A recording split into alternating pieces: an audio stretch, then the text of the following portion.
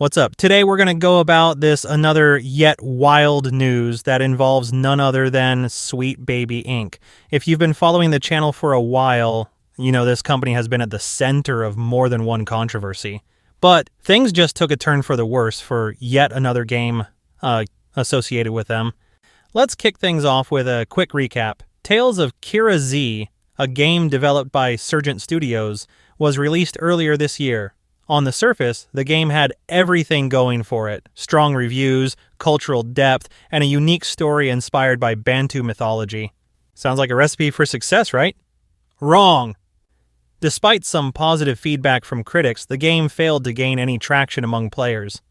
As reported, the game peaked at just 287 players on Steam shortly after launch. That's right, not even 300 people playing at its height. Things got so bad that in July, Surgent Studios had to lay off a dozen employees. The company noted at the time, unfortunately Surgent has joined the growing number of games studios impacted by layoffs this year, with just over a dozen people affected. It's a difficult time in the games industry, but we remain incredibly proud of our entire team's work on ZOW and the praise it has received from critics and players alike. The company concluded, "Our focus is now on supporting those affected, continuing our work on ZOW, and looking to the future with our next creative projects." But to tell you, that was just the start of their troubles. Now you might be wondering, why did Tales of Kera Z flop so hard? Well, a huge part of it can be traced back to its connection with Sweet Baby Inc. If you're not familiar, Sweet Baby Inc. has been a lightning rod for controversy in the gaming world. They've been accused of pushing a heavy-handed woke agenda into the games they work on. And for Tales of Kera Z, that association was like an anchor dragging the game down. Gamers quickly took notice when Sweet Baby Inc. proudly announced their involvement in the game's development back in January. The game was soon added to the infamous Sweet Baby Inc. detected list on Steam, which is basically a blacklist for gamers who want to avoid anything the company touches. This connection alone was enough to drive many potential players away. Let's talk about Abu Bakr Salim, the CEO of Surgent Studios, and how he tried to handle the situation. After the game's poor performance, Salim took to social media in an attempt to deflect some of the blame. In May, he posted a video where he attributed the game's struggles to targeted harassment from people who he claimed were against diversity in games. He argued that the backlash wasn't about the quality of the game, but about its diverse story.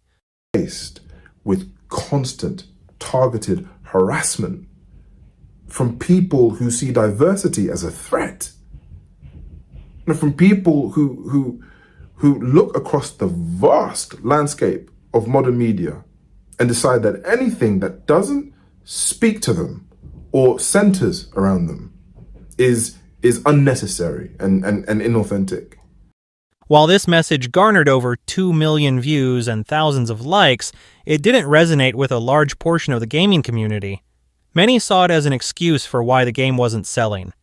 Salim also made another bold claim on Twitter, stating that Tales of Kera Z was selling fine, dismissing reports of poor sales as lies spread by those wanting to punish the studio. He wrote, "The game isn't selling well, also false. I've addressed this on an AMA Reddit. The numbers some are circulating are a fraction of our actual playership, and they're being shared in bad faith by people who are wanting to provide proof that their harassment campaign has been successful in punishing us for daring to take up space." As for his comments on Reddit, he stated, "It was a busy time. We did good though. It helps being on multiple platforms. It's all about longevity and continuing forward. The more people share and talk about the game, the more it snowballs. So yeah, we hope to continue building." Salim's Twitter claim that Tales of Kera Z was selling fine feels like a last-ditch attempt to cover up the reality. It's painfully obvious he's trying to hide the fact that the game tanked hard. Blaming poor sales on some harassment campaign doesn't change the fact that players simply didn't show up.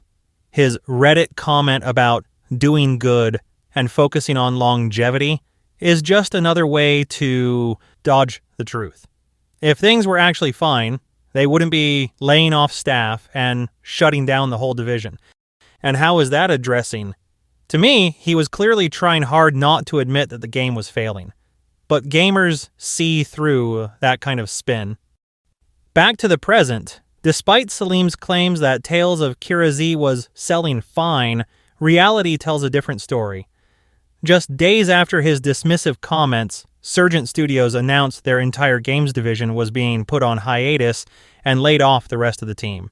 Clearly, things weren't fine at all. Surgent Studios shared, "We've decided to put the work of the Surgent Games division on hiatus while we secure funding for our next project. In the meantime, we've unfortunately had to put our team on notice for redundancy." Everyone at Surgent worked incredibly hard to create Tales of Kenzera, a game that truly comes from the heart. Their passion, creativity, and dedication are nothing short of extraordinary. There are still a couple of exciting updates coming down the pipeline for ZOW. They're trying to spin it as if things are still hopeful, talking about slighted upcoming updates, but let's be real. If you're letting go of all your employees and shutting down development, it's clear the game didn't perform. The PR fluff can't hide the fact that Tales of Kera Z flopped. Let's give it to him. Tales of Kera Z was praised for its cultural depth and unique story, but it was very mediocre in terms of gameplay.